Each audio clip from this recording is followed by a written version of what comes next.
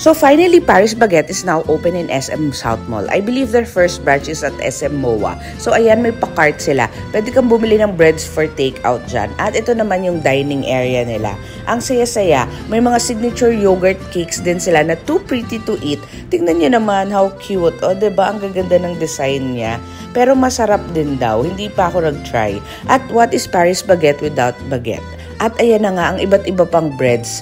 Grabe, gusto kong itry lahat. Pero syempre, bukod sa kinda on the expensive side din yung iba, ang laki na naman natin. So ayan ang pinunta natin talaga, ang salmon croissant. May tuna croissant din. At ayan, may mga iba't ibang tasty na mga bread.